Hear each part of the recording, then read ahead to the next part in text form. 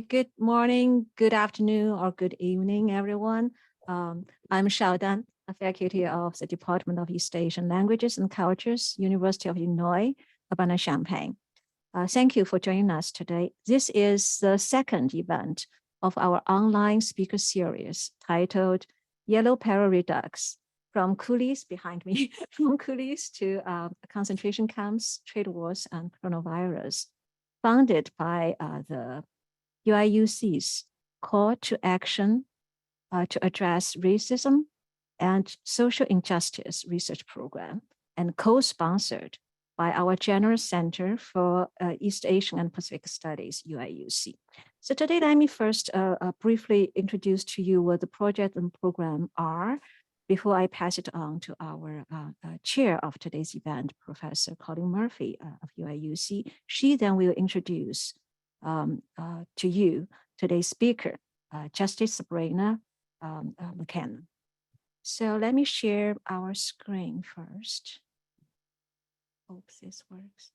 Can you see my screen? Oh, where's the? Yes. Is it full screen? Okay, good. Okay, thank you. So the rhetoric of Yellow Peril dates back to the so-called Asian invasions of the late 19th century in the US. The COVID-19 pandemic inspired a resurgence of this rhetoric and its social consequences. The American perceptions of Yellow Peril and the racial bias and strategies of othering it has mobilized intersect with intercultural misunderstandings and international interactions, the making and lifting of legal boundaries, economic development and competitiveness, technological and scientific collaboration and contestation, as well as tensions between globalization and nationalism. Our project situates Yellow Peril in the US as a history of systemic racism, complicated by US East Asian relations and by mutual understandings and misunderstandings between different cultures. We study its historical moments and developments, cultural expressions, and social consciousness, social consequences historically and in the present. This project draws on our research and teaching expertise on UIUC campus and extends our relationships with community partners inside and outside of Illinois. And this project is funded, as just mentioned, by UIUC's Call to Action to Address Racism and Social Injustice Research Program.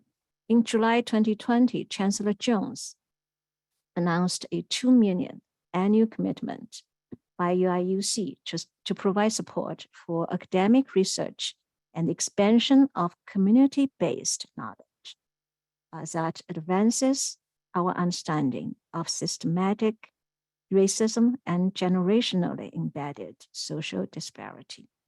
So our team, let me show more slides here.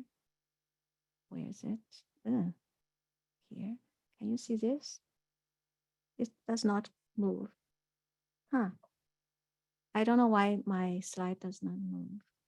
Oh, here, okay, got it. Here is our team. You can see from these slides that our team includes professors, scholars, and community leaders, as well as grads and undergrads from different disciplines, different majors. And before I pass it on to Professor Colleen, I would like to thank Professor Andrew Morris of Texas A&M, who provided very valuable suggestions that helped to shape this program and project. And my special thanks to Ms. Liu Yang, our MA, a wonderful coordinator who works very hard on every event. Then my thanks to Ms. Michelle Zhang, a co-founder of Yuan Shi, the Society of Delighted Heart, an NGO of Asian Americans in California, for her wonderful promotional work among Asian American communities. And I think my GA told me to make some announcements. So this is a past event we sponsored 2 weeks ago by Professor Michael Kivak from Taiwan National University. He talked about when East Asian East Asians became yellow in Western societies. Then 2 weeks from now on, we will have a new event. It's a talk by director Miles Matsuno on his documentary titled First to Go, Story of the Kataoka family who was sent to the concentration camp after Pearl Harbor. And we will have the documentary screened for about 20 minutes at the beginning of this event, May 12th, 2 p.m. Central Time. And today's events will be chaired by Professor Colleen Murphy. She is the Roger Stephany Joslin Professor of Law and Professor of Philosophy and Political Sciences here. She also serves as the Director of the Women and Gender in Global Perspective Program of UIUC. Her research focuses specifically on political reconciliation and transitional justice in response to entrenched injustice and on the legal and ethical dimensions of risks. She is the author of an award-winning book titled The Conceptual Foundations of Transitional Injustice, which won the 2017 North American Society for Social Philosophy Book Award. Colleen, the podium is yours now.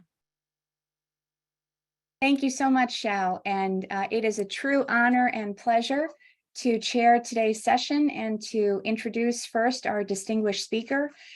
So Justice Sabrina Shizue McKenna has been Associate Justice of the Hawaii Supreme Court since 2011.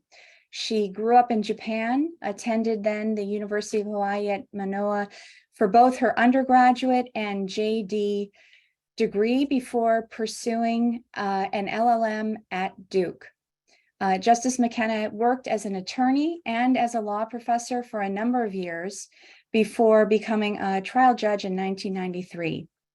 She has received multiple awards in recognition of her work and contributions, and I will just name a few before turning the platform over to our speaker. She has received the American Bar Association Margaret Brent Women Lawyer of Achievement Award in 2023, the Association of Corporate Counsel Foundation, which is based in Washington, D.C., Global Women in Law and Leadership Honoree in 2017, as well as the National Asian Pacific American Bar Association's Daniel Inouye Trailblazer Award in 2015.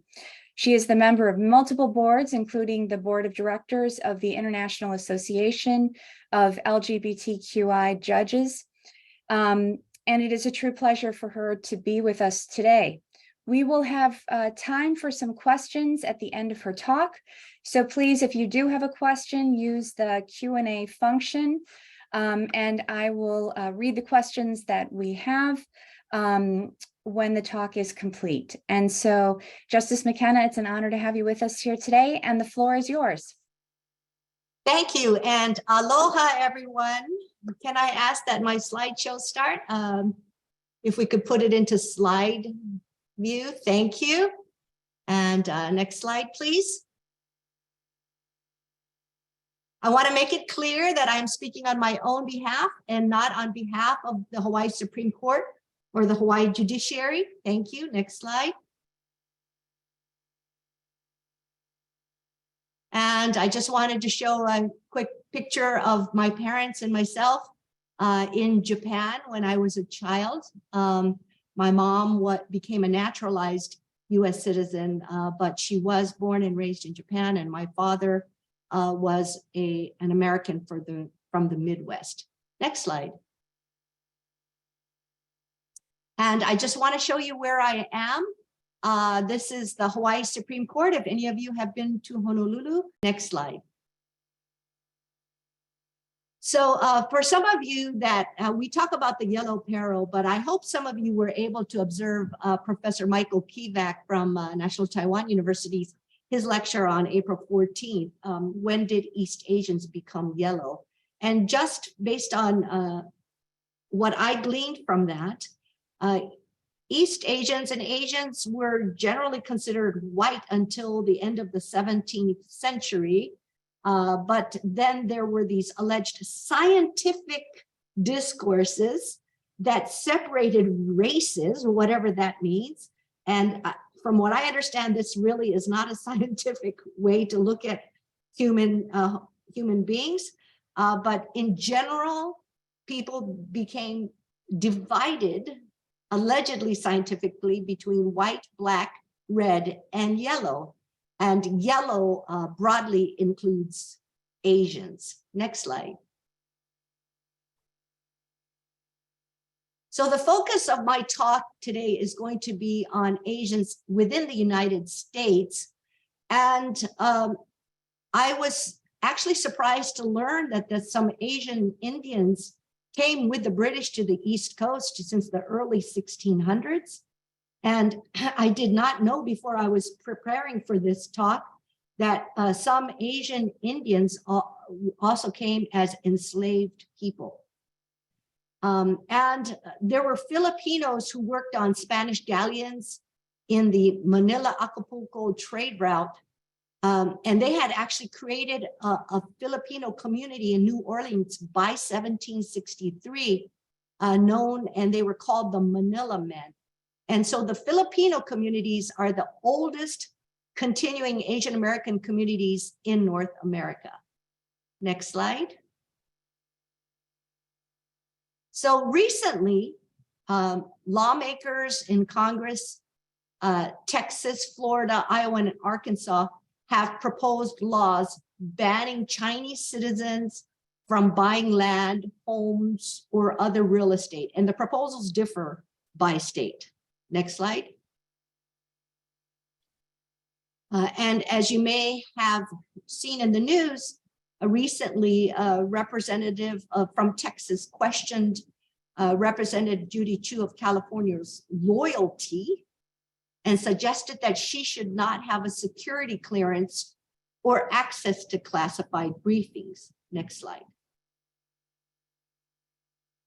So one might wonder, are these new developments as a result of COVID? And unfortunately, that is not the case. As you will see throughout the course of my discussion today, the United States had racism built into the formation of our country, and discriminatory laws based on perceptions of the Yellow Peril have existed in the United States since at least the 19th century. Next slide. So in terms of racism being built into the United States, foundation of the United States, the 1787 Constitution, James Madison from Virginia, this is a quote from him.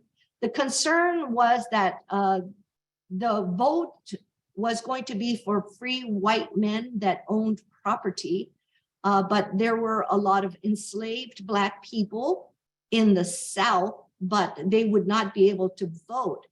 And so next slide. The Constitution reached a compromise, which is called the 3-5 Compromise, and created the Electoral College instead of a direct vote. And what it meant was that representatives would be, who would be able to vote in the Electoral College will be determined by the number of white people eligible for citizenship, but adding 3/5 of all enslaved Black people in the South. So although they wouldn't have a vote, those Southern votes would get more representatives, 3/5. So Black enslaved people were considered 3/5 of all people. And of course, American Indians, Native Americans were not eligible. Next slide. And you probably know that at least 12 United States presidents had enslaved people, and 8 presidents while they were actually in office. And it even included President Ulysses, General Ulysses Grant, who did not, who freed his one enslaved person, I believe in the 1850s before the Civil War, but this is kind of a tragic, in my view, part of US history. Next slide. So it is not surprising that based on the racism that existed in the United States, the first Naturalization Act of 1790, which defined who could become a citizen, limited US citizenship to free white persons, which were basically white European immigrants who had resided in the United States for 2 years and their children under the age of 21. And it also included the children of US citizens born abroad. Now, after the Civil War, based on the Reconstruction Amendments, after the Civil War, Black people were eligible for citizenship, but Asians were actually still excluded until 1952. Next slide. Now, as mentioned, there were a lot. What happened was there were some, like the Filipino settlers, but based on the 1848 gold rush in the West and the later 1800s with the need to build the transcontinental railroad, between 1850 and 1882, more than 322,000 Chinese workers arrived in the West Coast. And by the 1880s, 25% of California's workers were Chinese men. So I don't like the word coolie, but it is a historical term. The coolie trade also brought indentured Asian Indians to work on plantations in the Caribbean. But we're going to focus on North America. And what happened was Asian workers were thought of as suitable replacements for previously enslaved people as the Atlantic slave trade was being dismantled. Next slide. So after so many Chinese men started arriving in the West Coast, there were many anti-Chinese laws passed in California and other Western states. Next slide. I'm not going to name them all, but here's an example, the 1850 California foreign miner tax. Only foreign miners had to pay $20 a month to have a mining license and permit, and this present value would be about $800 a month. And this foreign miner tax was actually only collected from the Chinese who were subjected to abuse and even murder. Next slide. There was a lot of resentment from the white miners, and there were Chinese miners that were being killed. And this is a very infamous case, 1854, the California Supreme Court held in People versus Hall. There were 3 Chinese men who had witnessed the murder of another Chinese miner. In California People versus Hall, the California Supreme Court held that a testimony of a Chinese man who witnessed the murder was not admissible based on California law. California law at the time, there was laws saying that no Indian or Negro shall be allowed to testify as a witness in any action in which a white person is a party. And no Black or mulatto person or Indian shall be allowed to give evidence of, in favor of, or against a white man. Next slide. The California Supreme Court held that the words Indian, Negro, Black, and white are generic terms, designated race, and that Chinese and all other people that are not white were included in the prohibition from being witnesses against white people. Next slide. And the California Supreme Court said, this is their direct quotes, Chinese are a race of people whom nature has marked as inferior and who are incapable of progress or intellectual development beyond a certain point, as their history has shown, differing in language, opinions, color, and physical conformation, between whom and ourselves nature has placed an impassable difference. For these reasons, we are of the opinion that the testimony was inadmissible. Next slide. It wasn't just California. In 1859, the Oregon Constitution was amended to include a clause that prohibited any Chinaman from owning property in Oregon, but protected rights of white foreigners. Next slide. Now, up until 1859, Chinese were banned from public schools in San Francisco. And so the San Francisco created a Chinese school in 1859. Next slide. And then in 1862, California, as well as the United States Congress, passed what they called anti-coolie acts, which prohibited, which was to restrict Chinese and actually Indians in the Caribbean from being brought to the United States for labor, to be laborers, because the white Americans thought the Chinese laborers were depressing wages and unfairly taking their jobs. Next slide. So, you know, between 1863 and 1869, about 20,000 Chinese migrant laborers, who were 90% of the workforce, laid the western part of the Transcontinental Railroad between Sacramento and Utah.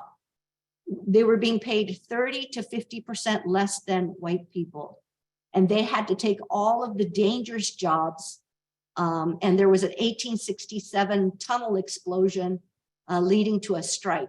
That strike, Leland Stanford, founder of Stanford University, who was in charge of the Transcontinental Railroad, based on the strike, cut off all provisions to Chinese workers.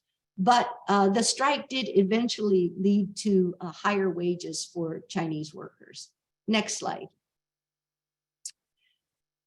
In 1868, the United States and China entered into a treaty called the Burlingame Treaty. And there were various provisions regarding commerce and establishment of Chinese consul offices in US port cities. This treaty also, and treaties under the United States Constitution are the supreme law of the land and are supposed to overcome any other federal or state law. This treaty allowed Chinese free immigration and travel within the United States, and it ostensibly allowed protection of the Chinese citizens in the United States in accordance with most favored nation principles. And this treaty ostensibly gave reciprocal access to education and schooling to Americans and Chinese when living in each other's countries. Next slide. But, you know, I mentioned the Chinese school earlier in San Francisco, which started in 1859. But San Francisco actually, even after this Burlingame Treaty, actually dropped funding even for the Chinese school. So Chinese students were not allowed to go to any public schools in San Francisco. So in 1884, there was a case decided, which was brought by the Tape family. Now, this was a Chinese family, which sued the San Francisco School District. And the California Supreme Court ruled that Chinese children had a right to public education. And what the San Francisco did in response was create a law to create a separate school for Chinese American students. And this didn't end until the 1920s. Next slide. Now, after the completion of the railroad, there were many more discriminatory laws passed by the city of San Francisco. Ordinances. Ordinances are city laws. Statutes are state laws, okay, or congressional federal laws. Ordinances, city, San Francisco laws. Here are some examples. 1870, no Chinese person can be employed by the government. 1870, gongs may not be rung at theatrical performances. 1873, laundries with animal-drawn cars would have a $2 fee. Laundries without carts, a $15 fee. This was later invalidated. 1876, Chinese prisoners must cut their hair immediately upon arriving in prison. This was later invalidated. 1880, building materials may not be imported from China. 1890, Chinese must not live or work except in specific places. This was also later invalidated, but I just show you, raise these laws as the examples of the type of rampant discrimination that was happening against the Chinese in San Francisco. Next slide. Now, 1875, this actually before the another law that a federal congressional statute that I will talk about. This was an act called the Page Act passed by Congress. It authorized federal agents to search and question East Asians to see if they had come voluntarily. It banned immigration of Chinese women by portraying most of them as prostitutes. I apologize for the typos, I'm sorry. And banned those convicted of felonies in their home countries from immigrating to the United States. Next slide. Now, this is the first case of a series of cases that I'm going to raise in which Asians challenged some of these discriminatory laws. In this case, In re Ayup, this was decided by a California federal court. A Chinese man sought naturalization as a United States citizen. The California federal court held that a Mongolian is not a white person within the meaning of the term as used in the federal naturalization laws, and a native of China of such race is not entitled to become a citizen of the United States, no matter how long the person had resided in the United States. Next slide. In 1879, the California Constitution was amended to say that no California corporation shall employ, shall employ directly or indirectly in any capacity, any Chinese or Mongolian. The legislature was to pass such laws as may be necessary to enforce this constitutional provision. So no corporation could employ Chinese people. Next slide. We talked earlier about the 1859 Oregon Constitution. In 1879, the California Constitution also contained a provision that limited land ownership to aliens of white race or African descent, because this was after the Civil War already. So formerly enslaved Black people were protected under the 13th, 14th, and 15th Amendments to the United States Constitution. But the California Constitution continued to prohibit Asians from owning land. Next slide. In 1880, the California Civil Code passed a provision prohibiting the issuance of a marriage license to a white person, between a white person and a Negro, mulatto, or Mongolian. Filipino people were added in 1933, and these, what we call anti-miscegenation laws, which means laws prohibiting marriage and or cohabitation, basically sexual relations between people of different races, was actually not repealed by California until 1948. Next slide. I raised this 1883 SCOTUS, meaning Supreme Court of the United States of America. In 1883, SCOTUS, in an opinion called Pace versus Alabama, actually upheld Alabama's anti-miscegenation law. And so these California laws, California anti-miscegenation laws, remained valid. And it wasn't overruled until 1964 by the United States Supreme Court opinion of McLaughlin versus Florida, which struck down cohabitation, laws that prohibited cohabitation. And 1967, Loving versus Virginia. You may have heard of this case. It's the case that struck down a Virginia law that did not allow marriage between a Black person and a white person. Next slide.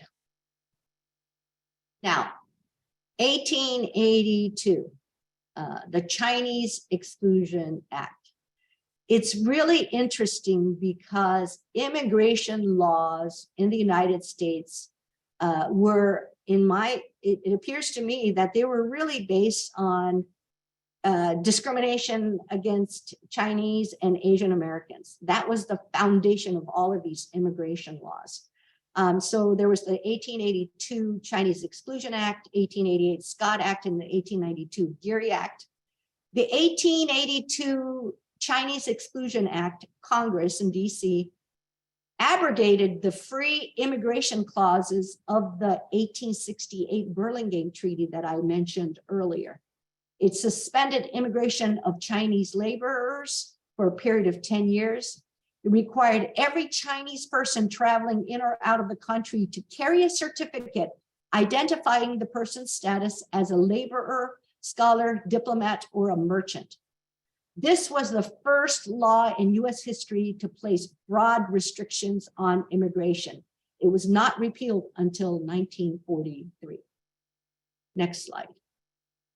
Now, the 1988 Scott Act expanded on the Chinese Exclusion Act and prohibited most Chinese, including long-term legal residents who left the United States, from returning. So what we call a green card now, if you went back to China, you couldn't come back to the United States. So many long-term legal residents were stranded outside of the United States. Next slide.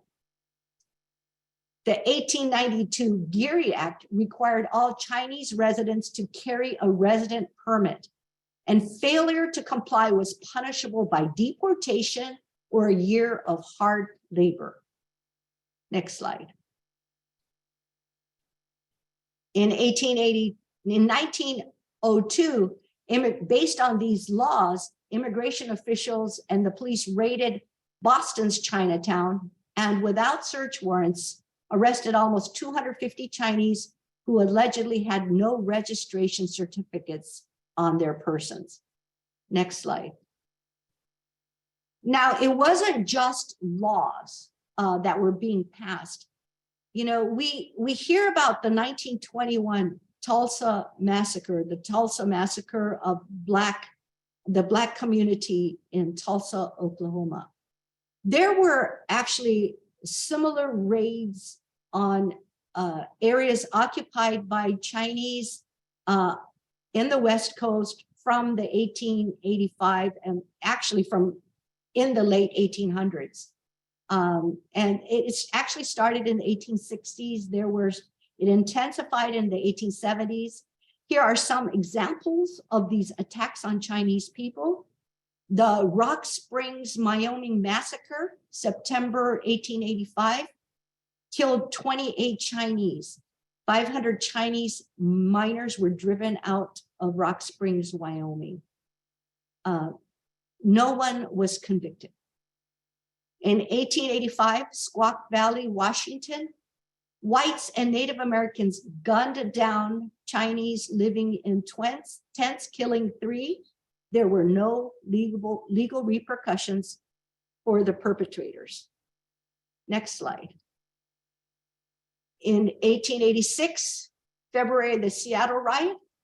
Seattle rioters clashed with federal troops ordered by President Cleveland, which actually did send some federal troops to protect the Chinese, but 200 Chinese civilians were still expelled from Seattle. This is 1887, I'm sorry, it's not 1987. In May, the Hell's Canyon massacre, In Oregon, a gang of white men ambushed and murdered 34 Chinese gold miners. No one was found guilty of these crimes. And in 1907, the Pacific Coast race riots against East and South Asians and the Bellingham race riot against South Asians. People were killed and pushed out of those communities. Next slide, thank you. Now, in 1886, there was a Chinese person named Yik Wo who challenged a San Francisco city ordinance which prohibited laundries without permission from 12 neighbors. This was a anti-Chinese, it was a Chinese discrimination, another one of those San Francisco ordinances. And he refused to pay the $10 fine for operating without a permit and was imprisoned. He sued in federal court for writ of habeas corpus, arguing that the fine and discriminatory enforcement of the San Francisco ordinance only against Chinese violated the Equal Protection Clause. The Supreme Court of the United States, in a unanimous opinion, held that despite the impartial wording of the San Francisco ordinance, its biased enforcement only against Chinese violated the Equal Protection Clause. And this was the first opinion holding a racially face-neutral law, but administered in a prejudicial manner, violates the 14th Amendment Equal Protection Clause. Next slide. But you know, these anti-Asian sentiments and laws continued. In 1886, Washington passed a law prohibiting aliens ineligible from citizenship from owning property. Next slide.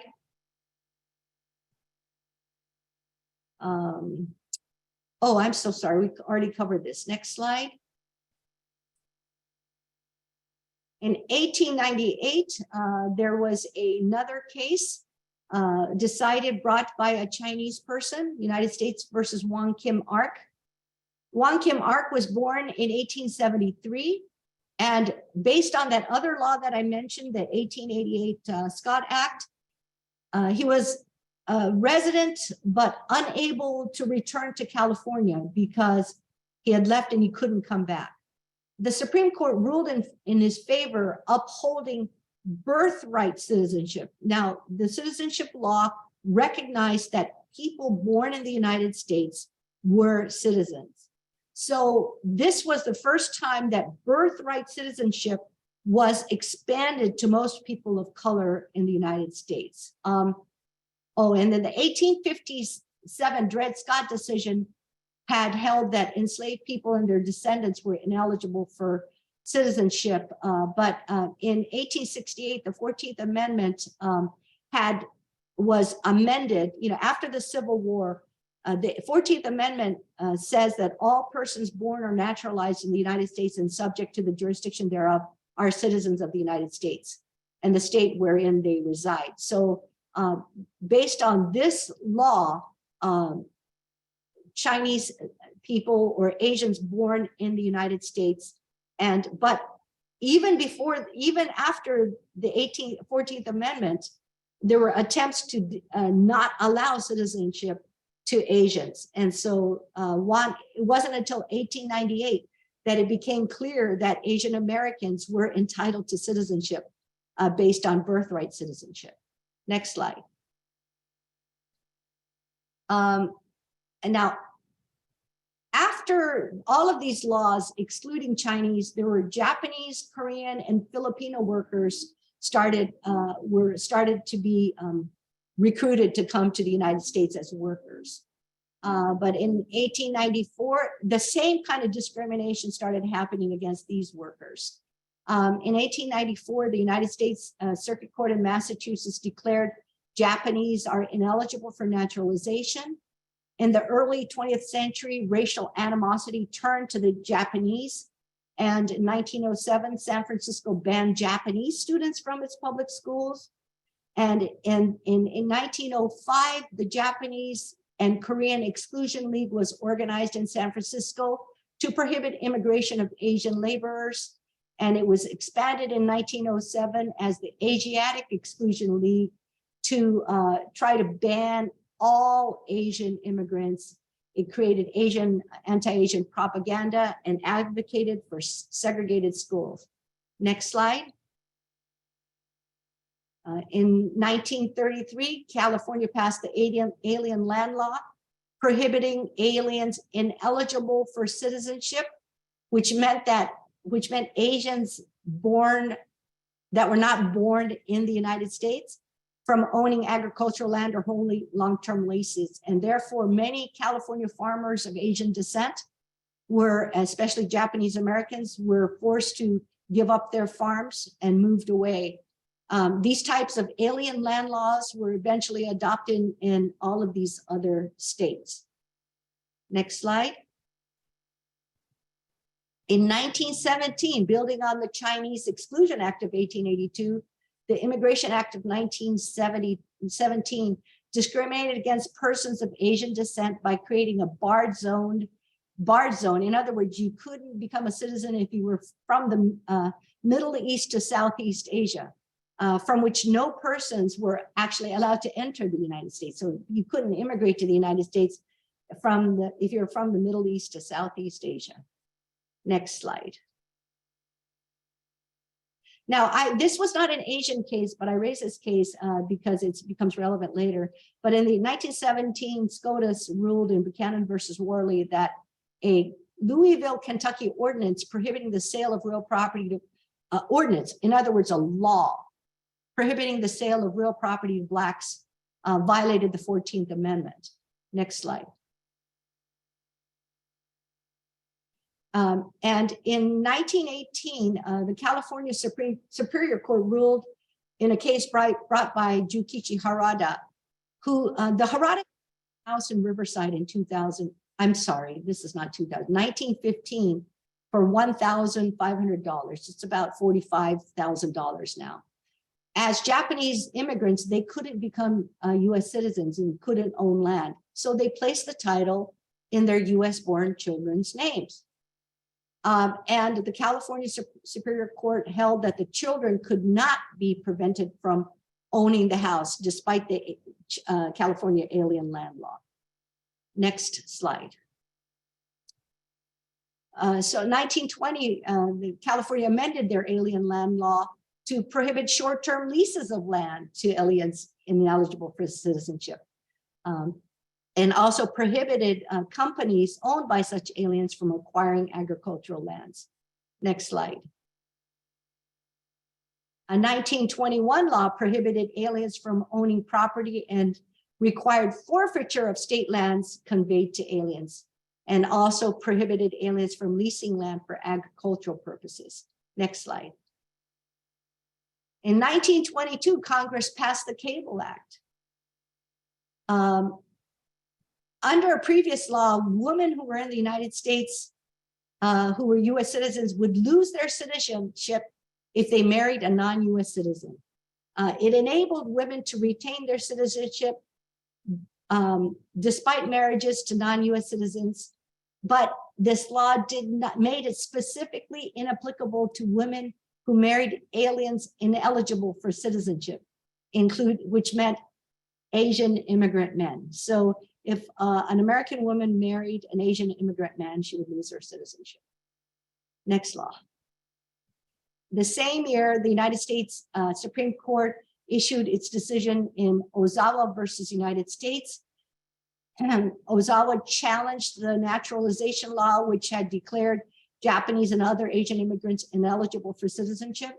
Ozawa claimed that Japanese should be classified as free white persons under the naturalization law, but the United States Supreme Court held that Japanese are not free white citizens. Next law. 1923, a South Asian Indian argued that he had ancestry from the Caucasus region. He was Caucasian and therefore white, meaning he should be able to be naturalized. The Supreme Court held that on the common understanding of whiteness, a Hindu was not white and was not permitted naturalization, and upheld race-based discrimination in citizenship. Next slide. In the same year, this United States Supreme Court upheld a 1921 Washington law prohibiting ownership as state land. So the Nakatsuka lost his land. Next slide. 1924 Immigration Act this started the quota system, limited number of immigrants allowed entry through a national origins quota, provided immigration visas to 2% of the total number of people in the United States as of the 1890 census.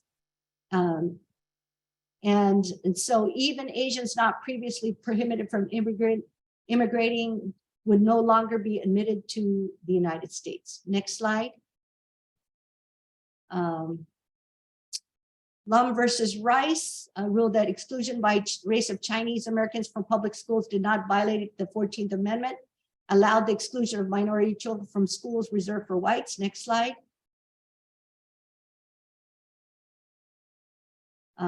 Anti-Filipino riots. I'm going to move along here because we're running out of time. Next slide. 1931 Cable Act. Next slide. American women could now retain their citizenship. 1934 amendment to California law.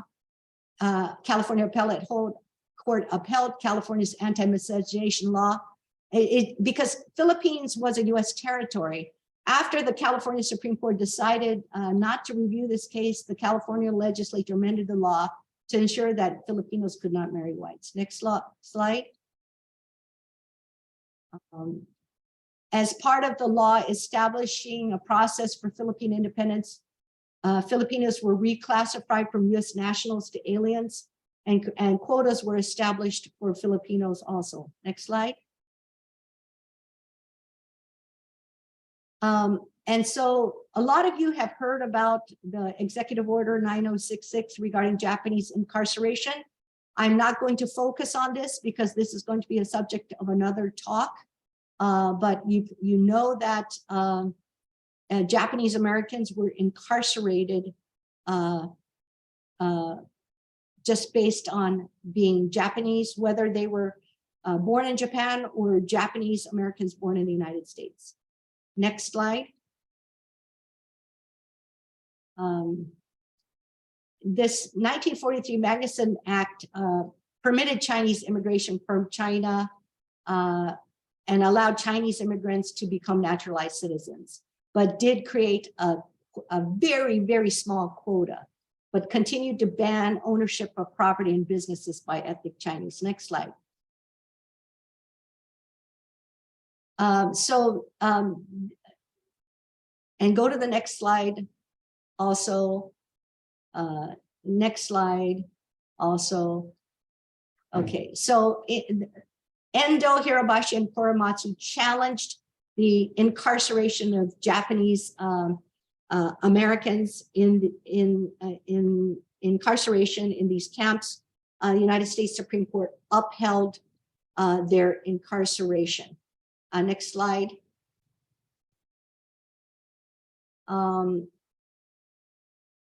This law allowed Indians and Filipinos to become immigration. Next slide, but again, the quota. Next slide, Oyama versus California. Go back to Oyama, please. Go back to Oyama.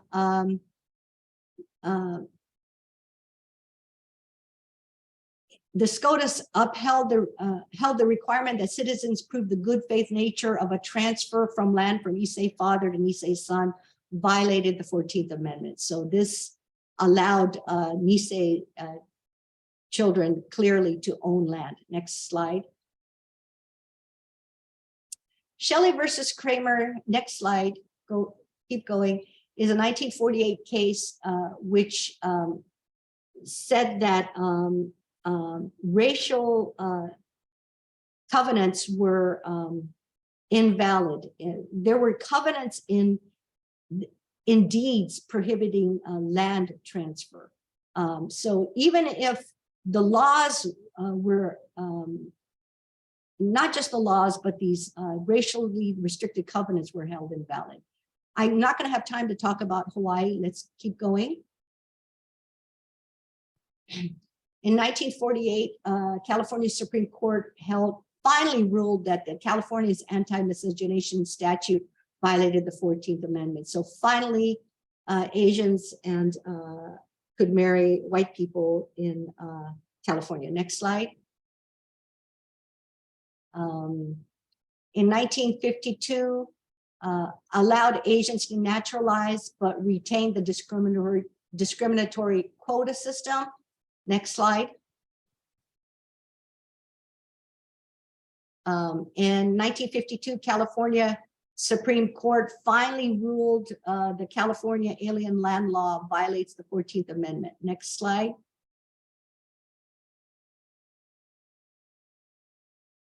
And 1968, it finally eliminated the national quota system, but created immigration from the Eastern Hemisphere was restricted to 170,000, Western Hemisphere to 120,000. Next slide. So there was, I just talked about this, there was a, Bay Area Third World Liberation Front created the ethnic studies departments. Next slide. 1982, Vincent Chin was murdered in Detroit by white men because they thought he was Japanese, and the Japanese auto industry was taking away their jobs. The murderers only received 3 years probation, a $3,000 fine, and no jail time. There was a federal civil rights indictment, but there was no actual conviction. And this led to the Asian American movement and the 1988 formation of the National Asian Pacific American Bar Association, and really created the concept of the Asian Americans being one group. Next slide. 1984, the Korematsu conviction was finally set aside by a Northern District of California federal district judge. Next slide. 1988, there was a U.S. apology and reparations to Japanese incarcerated, 20,000 each. Next slide. And more recently, there's 9/11 and the anti-Asian sentiment, COVID, anti-Asian hate crimes, affirmative action challenges. Next slide.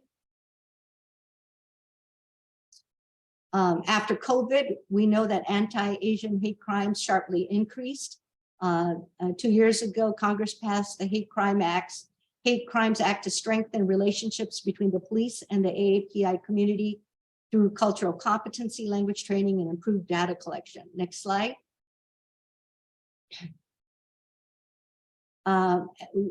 This year, by the end of July, the United States Supreme Court is going to rule on the Asian American plaintiffs challenging affirmative action against Harvard and University of North Carolina.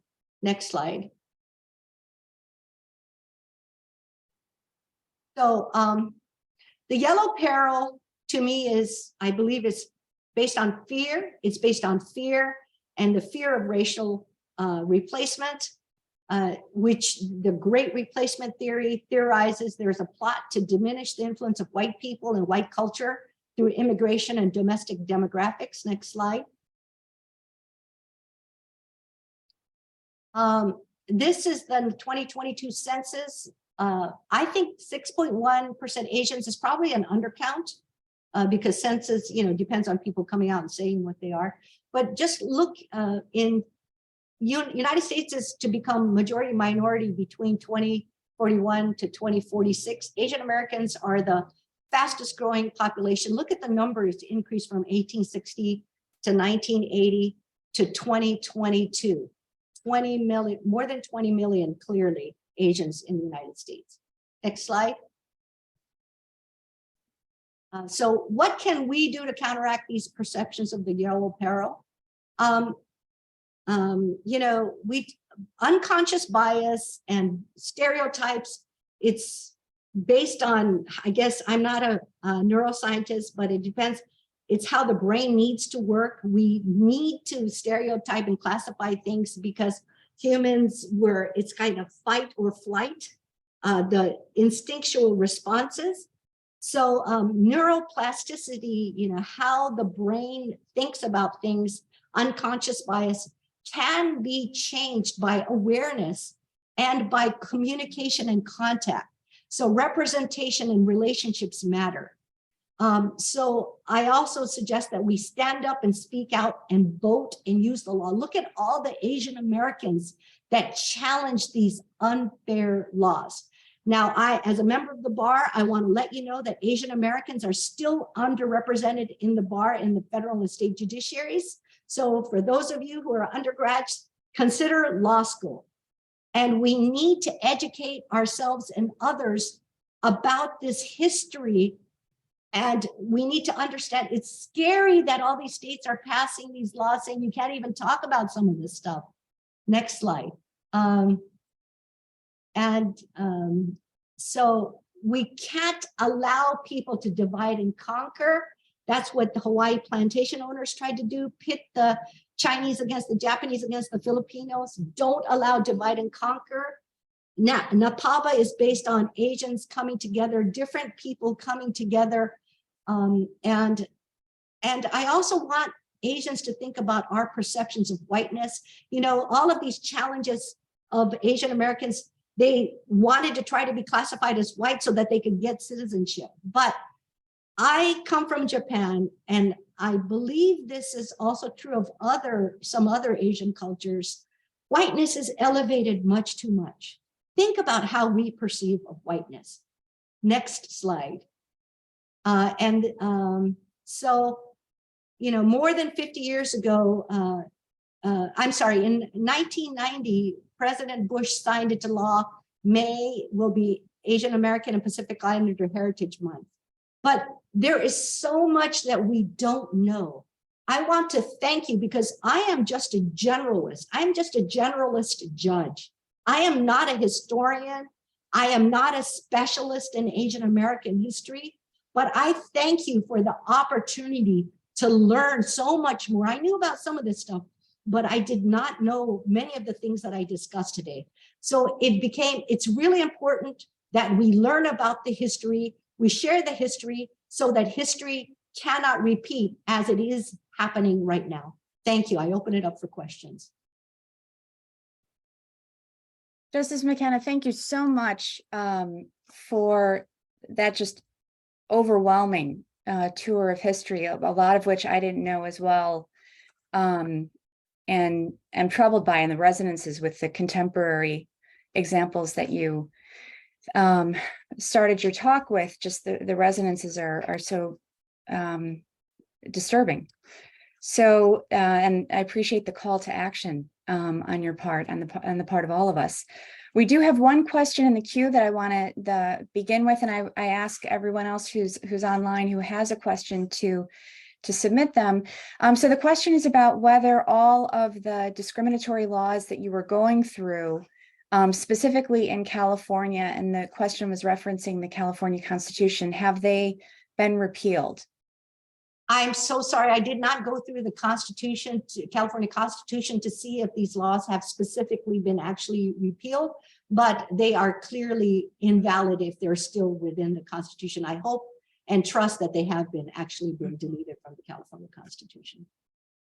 Thank you. So this is another comment. So thank you for this important presentation.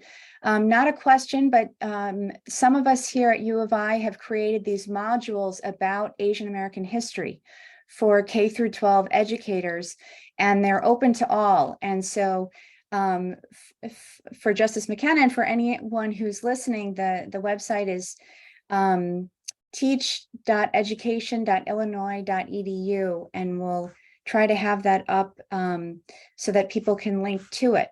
So thank you for drawing attention to that resource. Thank you. Yes, that's excellent. I look forward to seeing it myself. And I just want to say that you're welcome to share this PowerPoint. I'm so sorry there's so many typos, but PowerPoint with any participants if you want to do so. because I did kind of skim through some of these portions. Excellent. So I'll ask just one question, Justice McKenna and myself, as we're waiting for seeing if there's other questions, and that is, so the field of transitional justice that I work in is the starting point is the importance of both knowledge of histories of injustice and then acknowledgement publicly and officially of injustice and wrongdoing for its own sake and to ensure never again. And so I wondered what your thoughts were on the acknowledgement piece. So in both incorporating greater knowledge and recognition of this history that you were outlining in education, what else do you think is important to increase public awareness and then draw attention to examples of ongoing or potential entrenchment of injustice right now? Well, that's a very good question. I would welcome your thoughts on that, but I do think that, you know, talks like this, getting more word out and I think leaders within the community speaking about what's going on, what has happened, and talking about what's going on is very important. I'm just a huge fan of the senator from my state, Senator Mazie Hirono, who is constantly calling people out on these things. And of course, some of the Asian American Congress people, Grace Meng and Judy Chu and others that are just bringing light. So it's really important for leaders to speak out. But it's not just, it shouldn't just be the Asians speaking out. It should be everyone speaking out. Right. No, I agree. So two more comments and questions have come up. So one is about, for the recent anti-Chinese land purchasing laws that are pending in Texas and in other contexts, what would you recommend that we do for those residing outside of Texas? What actions would you recommend? Okay, yes, both excellent questions. Anti-Chinese land in Texas and other states. You know what? Sometimes I feel really, I not despair, but you know, with some of the laws that are being proposed and things like that, also including the LGBTQ community, I find it very distressing. But what gives me hope is you, the young people. You young people, you know, Vietnam War we might not have withdrawn, but for all of the demonstrations by the young people. The ethnic studies programs wouldn't have started, but for demonstrations by the college students in the Bay Area. Young people, it's so important. If you can vote, vote. If you're not eligible to vote, still speak up. Encourage people. Attention of universities, I say. Use the universities, use the young people to, you know, because do you see that there's discussions about trying to restrict the vote of young people right now, to try to keep, the conservatives are trying to restrict the votes of young people because they see them, young people, as being more conscious of social justice, environmental justice, and other types of issues. And so speak up. I'm not saying riot, but, you know, peacefully demonstrate. Write to all of the representatives, blog, do whatever you can, all kinds of methods. Movements have different methods. Look at the different movements, the Black rights, you know, whatever it might be. You know, sometimes it starts with clashes, but physical clashes, but use the law, use the law. You know, last year was the 50th anniversary of Title IX. Patsy Takemoto Min, Congresswoman from Hawaii, got that law passed and shepherded it through Congress. Until Title IX, women were discriminated against going to college, right? So run for office, use the law, get young people involved, vote, contact the representatives, anything you can do. Thank you. So we have time to, there's two more comments and questions that I'll offer to you, and then we'll close. One is, so an attendee wants to give a shout out to the De Anza College Asian American and Pacific Islander Leadership Program, where we learn a great deal of Asian American history, as well as other underrepresented histories in California. And a compliment on the historical timeline and its comprehensiveness. And I believe there'll be in the chat information about how to obtain the recording, which will include the slides. And if the Center for East Asian and Pacific Studies will place them somewhere else, I think they'll let us know. Before we close, Justice McKenna, do you have any other closing thoughts you want to share with us? And Professor Shao, if you want to do the formal closing, that would be terrific. I just want to say thank you so much for this opportunity. Thank you for the opportunity to learn. And please sign me up for the rest of your sessions, because these are excellent, and I encourage everyone to sign up for the other sessions. Thank you, Justice McKenna. We're honored to have you. I've learned a lot, and I have a lot of new information to teach next time to my students. And thousand thanks to Colleen too. You will have to go to another event that will start soon, right? So thank you so much. And everyone here, thank you for joining us today, and looking forward to meeting you online again within 2 weeks. Thank you.